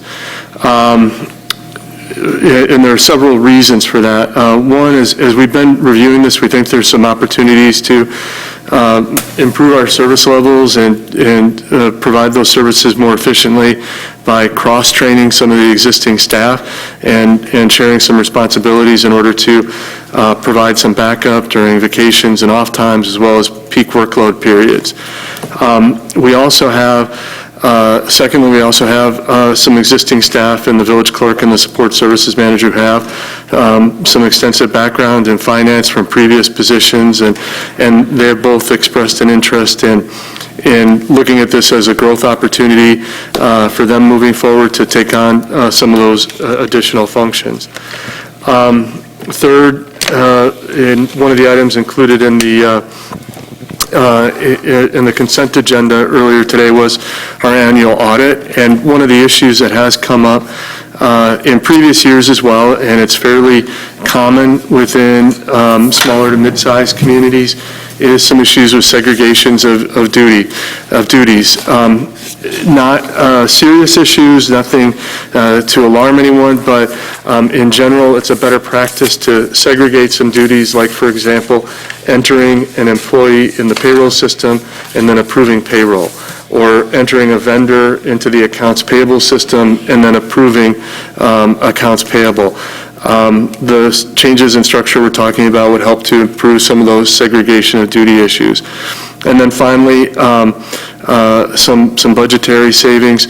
As we reviewed this by restructuring and moving some of the finance director responsibilities to the village clerk and the support services manager, even after we do create some upgrades in positions and add a lower level position, would result in some budgetary savings.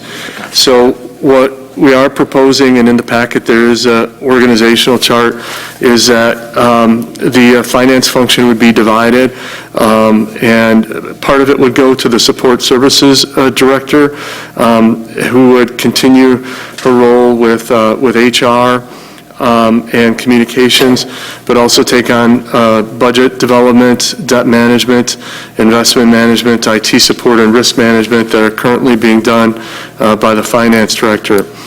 The village clerk would take on some additional roles, and her title would be changed to village clerk and treasurer. In addition to her current functions, she would take on accounts payable, accounts receivable, property taxes, accounting, and reporting, some of the transactional type of responsibilities. And then what we would be doing is moving the three positions that are currently in finance, along with the director, the deputy treasurer, as well as the accounts payable clerk and the utility clerk, to work under the village clerk and treasurer. And then creating a part-time budget and management analyst position to work under the support services director. What I'm requesting under the next item, that is a first step in this process, is then retitling the two deputy clerks and the the accounts payable clerk to the title of deputy clerk and treasurer, Deanna's plan is to cross-train those three individuals so that they're able to complete, in addition to the clerk functions they already have, also the accounts payable functions that were previously performed by the individual who retired in June. And I think this would create some additional growth opportunities for those employees who have really proven themselves in their initial time here with the village to be bright and energetic and hardworking, learning quickly. It would give them some additional opportunities for growth and development, as well as, I think, benefit the village in terms of backup and support and efficiency of operations. And there will be some additional steps as we go further along in this process that we plan to put forward in the 2021 budget when we bring it to you. We did want to make this request a little bit earlier because we do have that vacant position and would like to move forward with reclassifying, retitling that position and then to begin recruiting for it. So that's a lot of information, and I know we've already been at this for a while, but I'm happy to answer any questions that you might have or any additional information you might need.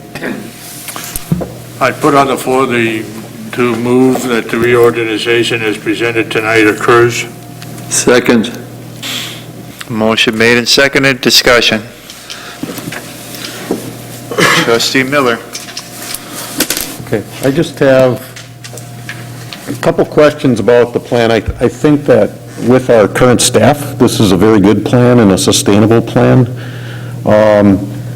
Is it a long-term sustainable plan? You know, as changes occur and personnel occur, I think our staff is fully capable of doing this right now.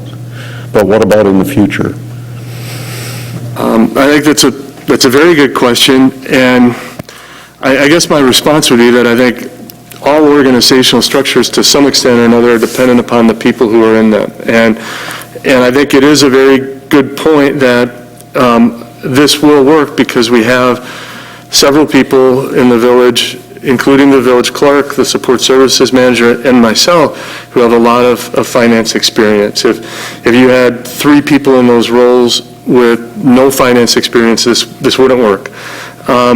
So I guess the way that I would look at this is that this is a structure that fits the existing staff. If there are changes in the future to who those people are, we may need to look at this again. And it is possible, at some point in the future, the village may want to go back to having a finance director and having that title and position.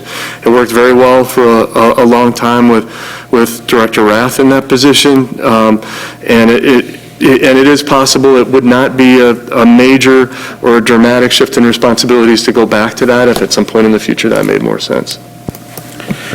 I think, and even more rosier of a picture, just remember that the combination clerk-treasurer kind of model is used throughout the state in municipalities. It's not something that is unique to just what we're proposing here. We see it in lots of other communities, and it works fine, so. But I know this structure isn't uncommon in areas, but I would agree that, as staff changes, we may need to review that again. I work for a small business, and, roles change all the time. So I just don't, I guess like I said, it works now, but it may not work in the future. Is net savings to the village is how much? I apologize. Depending upon some of the changes, I believe we were talking the $30,000 to $40,000 per year range. Okay. And then career ladder bump for everybody else, and how do you know they're ready to take the next step? We've had quite a few conversations about that based on the evaluation of the staff who have been in their positions and their performance on the job, as well as the background and experience that they came to the village with. And both, I guess, all of the support services manager, the village clerk, and I have all been involved in those conversations. So this does create a growth opportunity for them, and we're a small organization. It's a short ladder, to be honest, but it does create opportunities that. And I've told, Ms. Braunschweig, she's not allowed to leave till I retire in about 12 years. But assuming that she or Ms. Tucker would at some point leave, there is a possibility that one of the people in these other positions could step into that role and responsibilities with some additional training and experience and knowledge gain. Thank you. Further discussion? I have a question. So you said it was going to be about $30,000 savings per year, is that right? That's correct. Okay. Am I able to ask how much this consulting cost? There was no consulting involved with this reorganization. You may be referring to the DPW consultants that we had come in earlier this year. They did not look at this particular function. This was one that I kind of led with support from Ms. Tucker and Ms. Braunschweig. And the main reason is that I have a real background in finance. I felt much more comfortable and confident looking into this as I'm not an engineer, and in particular wanted the consulting team that came in did have an engineer on staff and was able to get into that in a little bit more detail than I would have. Can I ask why the consulting agency didn't touch on this? Because wasn't that the whole purpose of that? No, this was outside of their scope. They were brought in to look at Department of Public Works. Only Department of Public Works? They weren't looking, Correct. they weren't looking at anything else? Correct. Further discussion, trustee Zabel. And again, one of the main things is to try to, each year in the audits, they always tell us that we don't have enough checks and balances. With the reorganization, hopefully we'll be able to create a better checks and balance system within the village of covering where the finance is going and who's responsible to take care of each issue and have somebody be able to watch it. Right, not that there was an issue, but this also covers any possible future. GGF is supposed to watch Yeah, it. they've always told us we never had GGF enough does watch employees. They always told us we never had enough employees to cover it, so hopefully if we get everybody to do every job, then we have enough employees to cover it. And this came through GGF with full recommendation? Yes. Okay. Not only is it a cost savings, but Deanna really sold me on it because I think she's excited about the position. Further discussion? No further discussion? All those in favor, please say aye. Aye. Opposed? None opposed, motion carries. Next item is item D, classification and filling of deputy clerk, deputy treasurer position. Make a motion to, under new business D, to accept as written. Motion made and seconded. Give it to the lady. Discussion. Any discussion? Oh. Trustee Zabel? Are we discussing the job description at this time, or this to fill the position? This does include the job description as well as the authority to fill. Okay, because in the job description, I noticed that you made reference that they only need to be aware of Microsoft software. Well, a lot of the stuff that we get a PDF or Adobe. I'm just wondering if you want to add that in. They say that the hours and evenings ability to work, and you may, oh, that's the other point, besides that one, work environment.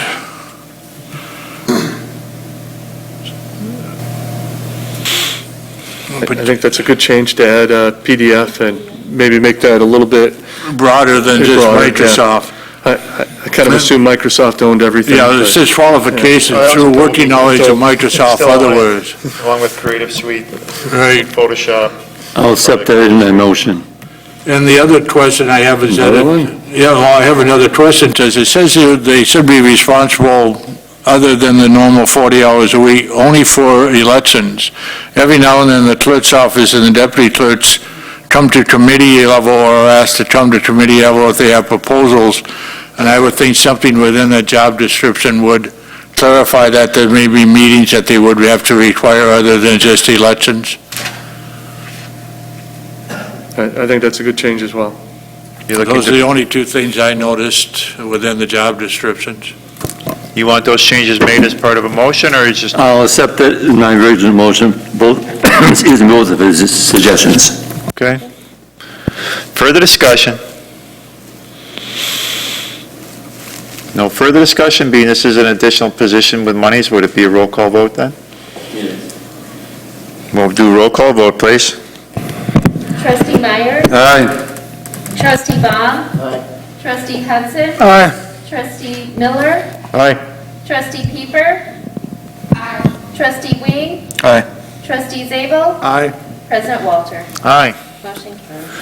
All right, that then takes us to the last item on new business, which is Resolution 49-2020, resolution relating to the Village of Germantown COVID-19 emergency declaration.